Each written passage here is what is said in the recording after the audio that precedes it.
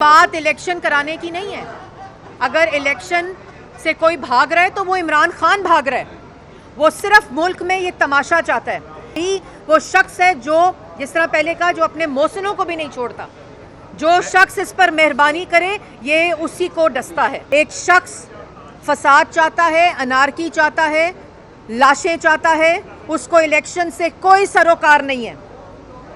उसको किसी किस्म की कोई जमहूरी तर्ज का, किसी उसकी जहनियत ही आमराना और फाशिस्ट है, वो चाहता ही नहीं है। लेकिन इलेक्शन नहीं चाहता मुल्क में। ये मुल्क में लाशें चाहता है, फसाद चाहता है।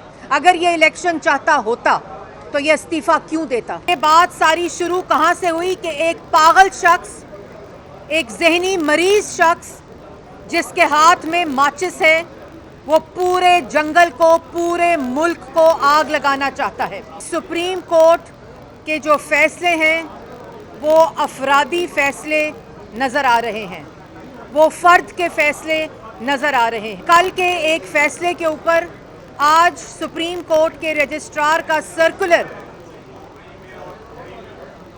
ये इस बात की निशानदेही करता है कि सुप्रीम कोर्ट, जो आम तासुर है कि सुप्रीम कोर्ट के जो फैसले हैं वो अफरादी फैसले नज़र आ रहे हैं, वो फ़र्द के फैसले नज़र आ रहे हैं।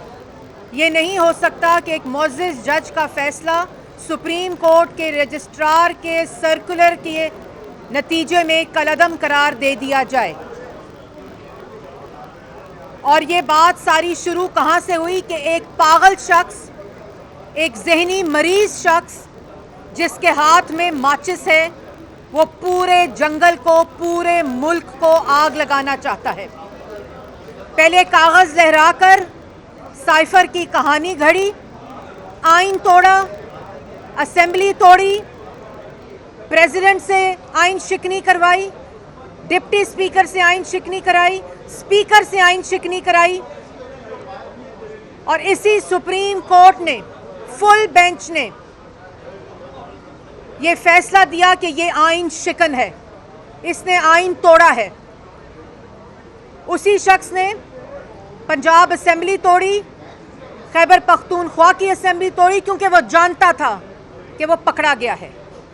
वो उस आलमी साजिश के झूठ में पकड़ा गया है जो बाद में कहता है कि मोहसिन नकवी ने वो आलमी साजिश की थी। वो बाजवा साहब ने नहीं की थी, वो अमेरिका ने नहीं की थी, वो शहबाज शरीफ ने नहीं की थी, वो नवाज शरीफ ने नहीं की थी, वो मोहसिन नकवी ने की थी। जब वो दफन हो गया, लॉन्ग मार्च फेल हो गया, जेल बचो तहरीक फेल हो गई, पलस्तर उतरने का टाइम आ गया, दहशतगर्द जमान पाक में पाल कर पुलिस के सर तोड़े गए, पेट्रोल बम्स फेंके गए, रेंजर और पुलिस की गाड़ियों पे पेट्रोल बम फेंके गए। ये बंदा इलेक्शन नहीं चाहता मुल्क में। ये मुल्क में लाशें चाहता है, फसाद चाहता है। अगर ये इलेक्शन चाहता होता तो ये इस्तीफा क्यों देता, ये असेंबलियां क्यों तोड़ता? ये मुल्क में अफरा तफरी चाहता है, मुल्क में अनारकी चाहता है। और उस शख्स के पागलपन को फैसिलिटेट करने के लिए, उसकी सहूलतकारी करने के लिए आज आप एक शख्स के जो डिक्लेयर्ड पागल है, और वो ये सिर्फ इसलिए कर रहा है क्योंकि उसको पता है कि मैं टेरियन का वालिद हूँ और मुझे इसका जवाब देना पड़ेगा। मैंने फॉरेन फंडिंग की है। उसको पता है कि उसने ज़कात के पैसे प्राइवेट हाउसिंग सोसाइटीज़ में इस्तेमाल किए, उसने ज़कात के पैसे मनी लॉन्डर किए, उसने ज़कात के पैसे सियासत में लगाए, उसने अपने चपड़ासियों के ज़रिए, अपने ऑफिस बॉयज़ के ज़रिए मनी लॉन्ड्रिंग करके ज़कात के पैसों को ज़ाती इस्तेमाल में लाया। उसको ये बात पता है कि मैंने तोशा खाना में डाके डाले हैं, मैंने घड़ियाँ चोरी की हैं, और इसी वजह से वो ये तमाशा लगाता है। लेकिन आज सुप्रीम कोर्ट के अंदर मुझे ये बताएं कि जो 9 बेंच ने समाअत सुननी थी, वो अगर 3 जजेस, अभी ये खबर आई है कि चीफ जस्टिस ने बेंच तश्कील दिया है जिसमें चीफ जस्टिस साहब हैं, जिसमें इजाजुल एहसन साहब हैं और जिसमें मुनीब अख्तर साहब हैं। ये 3 जजेस ने आज अगर ये फैसला सुनाया, वो बेंच जो कोई जज सुनना नहीं चाहता, वो बेंच जिसके लिए जज चीफ जस्टिस नहीं मिल रहे, वो बेंच जो 9 से 3 पर आया और दूसरी तरफ 4 से 3 का एक फैसला अभी इस वक्त मौजूद है, जिनसे जजेस खुद माजरत कर रहे हैं जिस बेंच से, वो इतना कंट्रोवर्शियल बेंच हो चुका है। पाकिस्तान की आवाम ये देख रही है कि ये क्या हो रहा है, और वो जज साहब जो इस समात में मौजूद ही नहीं थे, एजाजुल एहसन साहब, जो इसकी समात के अंदर नहीं थे, वो इसकी इम्प्लीमेंटेशन बेंच में कैसे हो सकते हैं? और अगर इस 3 बेंच ने इस फैसले का आज फुल कोर्ट बनाने की बजाय फैसला किया, तो इसको कौन मानेगा? ये भी एक सर्कुलर के जरिए कलअदम करार दे दिया जाएगा। ये नहीं हो सकता कि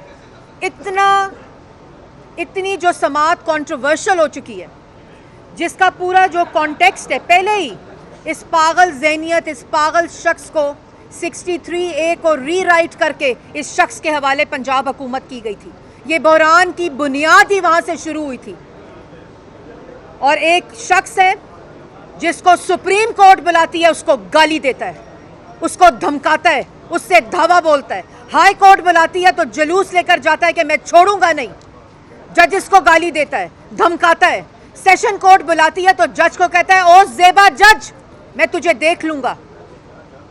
जज के ऊपर, सुप्रीम कोर्ट के जज, हाई कोर्ट के जज, सेशन कोर्ट के जज के ऊपर एक शख्स हमला आवर है और उसको बेल रिलीफ मिलती है, उसको हर केस में रिलीफ मिलता है। और जो शख्स अदालतों के दरवाजे तोड़ता है, गेट तोड़ता है, धावा बोलता है, गाली देता है, धमकी देता है, आज उस पागल शख्स के लिए कोई फैसला भी आएगा तो वो कंट्रोवर्शियल होगा। और ये बात बड़ी कैटेगोरिक है कि 3 चीज़ें, ये समात 9 जजेस से शुरू हुई, वो 3 पर आ गई है। दूसरी तरफ 4 से 3 का फैसला मौजूद है। तीसरी तरफ जज हजरात इस समात से खुद माजरत कर रहे हैं, खुद इससे रिक्यूज़ कर रहे हैं। और चौथी बात कि पार्लियामान के अंदर जो बिल मंजूर हुआ है, वो बिल इस बात की निशानदही करता है कि ये एक बहुत दरीना मुतालबा था और ये एक ऐसी जो जस्टिस मंदोखेल का फैसला है कि ये जो 1 मैन का तासुर है, ये आमराना तासुर जो है, ये ख़त्म होना चाहिए। ये वकला बरादरी का भी था मुतालबा, ये बार काउंसिल्स का भी मुतालबा था और ये आम शहरी का भी मुतालबा था कि अपील का हक होना चाहिए। जजेस की कमेटी को सुओ मोटो का फ़ैसला करना चाहिए, जजेस की कमेटी को बेंच बनाने का फ़ैसला करना चाहिए ताकि बेंच फिक्सिंग का तासुर ख़त्म हो। और मैं मुबारकबाद पेश करती हूँ तमाम लॉयर्स को जिनकी प्रोटेक्शन का बिल कल पार्लियामान से पास हुआ है, जो वज़ीर आज़म ने वादा किया था। ये तमाम चीज़ें उस तासुर को ख़त्म करने के लिए कानून साजी पार्लियामान ने की है। तो उसके बाद, और ये जो आज ये पंजाब और खैबर पख्तूनख्वा के केसेस की समात हो रही है, इसमें ये तासुर कि इसका फ़ैसला फुल कोर्ट नहीं बल्कि वो 3 बेंच जजेस का बेंच करेगा, जिसमें ऑलरेडी जस्टिस एजाजुल एहसन इस समात का हिस्सा नहीं है, वो इस 3 रुकनी बेंच का हिस्सा नहीं बन सकते। और जब अगर इसका फ़ैसला आया, ये फ़ैसला पाकिस्तान की आवाम नहीं मानेगी। और जो कल एक रवायत रखी गई है, मैं उसको भी कंडेम करती हूँ कि एक जज के फ़ैसले को सुप्रीम कोर्ट के रजिस्ट्रार का सर्कुलर कल अदम करार नहीं दे सकता। और ये तमाम चीज़ें जो कड़ी है वो मैं आपको बता चुकी हूँ। ये सुप्रीम कोर्ट है, ये एक इदारा है जिस पे 22 करोड़ अवाम एतमाद करती है, इंसाफ के लिए इस अदारे की तरफ देखती है और वो इंसाफ जो होता हुआ नज़र आए, वो इंसाफ जो हक की बात करे, वो फैसले जो इंसाफ की बात करें। ये जो तराजू के पलड़े हैं ये बराबर नज़र आने चाहिए। इनमें अगर झोल होगा तो पाकिस्तान की हर गली का, हर कूचे का अपना कानून होगा और अपनी सुप्रीम कोर्ट होगी। ये तराजू के पलड़े अगर बराबर नहीं होंगे तो मुल्क में अनारकी होगी, मुल्क में फसाद होगा। इस बात का एहसास आज इस अदारे को होना चाहिए। फर्द की सोच नहीं बल्कि सुप्रीम कोर्ट की इज्तमाई दानिश नज़र आनी चाहिए फैसलों के अंदर, और वो फैसला जिसका मुतालबा आ गया हो, जिसके अंदर दस्तूरी मसाइल हों, आइनी मसाइल हों। हमने मुतालबा किया है, PDM ने मुतालबा किया है कि फुल कोर्ट बनानी चाहिए, और फुल कोर्ट ना बनाने का जवाज़ पैदा नहीं होता। और एक पार्टी के कहने पे ये समाअत हो रही है, पाकिस्तान तहरीक इंसाफ, तो जो दूसरी मुल्क की जमातें हैं, जो दूसरी मुल्क की पार्टीज़ हैं, उसको इसका हिस्सा बनाकर फुल कोर्ट के ज़रिए इस केस को सुनना चाहिए। और जिस तरह इस केस की समाअत से जस्टिस और जज हजरात, मुअज़्ज़ज़ जज हजरात माजरत कर रहे हैं, उससे इस समाअत को की जो तासुर है, जो परसेप्शन है, वो कंट्रोवर्शियल हो चुकी है। चीफ जस्टिस साहब को चाहिए कि वो इस पे नज़रसानी करें, फुल कोर्ट बनाएं, और वो 3 मेंबर का बेंच जो अभी अनाउंस हुआ है उसका फ़ैसला क्रेडिबिलिटी ऑलरेडी लूज़ कर चुका है। और ये तासुर देना कि आपने ये फ़ैसला करना ही है, और वो जस्टिस साहब जो इसकी समाअत का हिस्सा नहीं है, वो इसकी इम्प्लीमेंटेशन के फ़ैसले का, इसकी इम्प्लीमेंटेशन का फ़ैसला करने का हिस्सा नहीं बन सकते। मरीम साहब ये बता दें कि जस्टिस एजाजुल हसन, जस्टिस मुनीब अख्तर साहब तो पहले ही अपना माइंड अप्लाई कर चुके हैं पिछले सलीम डोगर साहब के केस में, तो समझती नहीं है कि आईनी बुरहान का शिकार होगा? पहले ही हालात मुल्क के ठीक नहीं है। देखिए, ये मैंने जैसे पहले कहा कि ये ऑलरेडी समाअत आईनी बुरहान का तासुर दे चुकी है, जिसकी वजह से पार्लियामान ने एक्ट किया है।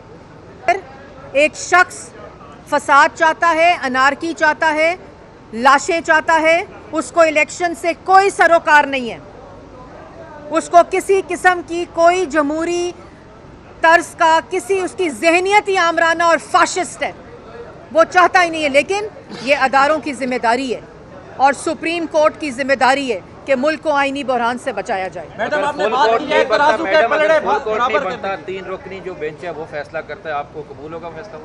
देखिए, मैं पहले कह चुकी हूँ कि ये 3 रुकनी बेंच जो अभी chief justice of supreme court ने तश्कील दिया है, इसमें एजाजुल एहसन का जो प्रेजेंस है वो ऑलरेडी कंट्रोवर्शियल है, क्योंकि वो इसकी समाअत का हिस्सा नहीं थे, वो इससे वॉलंटरीली रिक्यूज़ कर चुके हैं। तो वो इस 3 बेंच जिसने फैसला करना है उसका हिस्सा नहीं बन सकते। इस वक्त कलेक्टिव दानिश, इस वक्त जस्टिस की जो परसेप्शन है वो ये मुतालबा करती है कि फुल कोर्ट बनाकर इसका फैसला किया जाए। तो उस फुल कोर्ट में क्या जस्टिस एजाजुल हसन शामिल हो या ना हो मैम? उस फुल कोर्ट में जस्टिस एजाजुल हसन? जी, अटॉर्नी जनरल साहब खुद बड़े कॉम्पिटेंट हैं, आइन को जानते हैं। वो अभी बहस, जब ये समाअत गालिबन शुरू हो जाएगी अभी, क्योंकि 3 रुकनी बेंच जो तश्कील दिया है, जिसको मैं ऑलरेडी कह चुकी हूँ कि वो ऐसा तासुर है कि ये इसका फ़ैसला जो होगा वो अपनी क्रेडिबिलिटी ऑलरेडी लूज़ कर चुका है।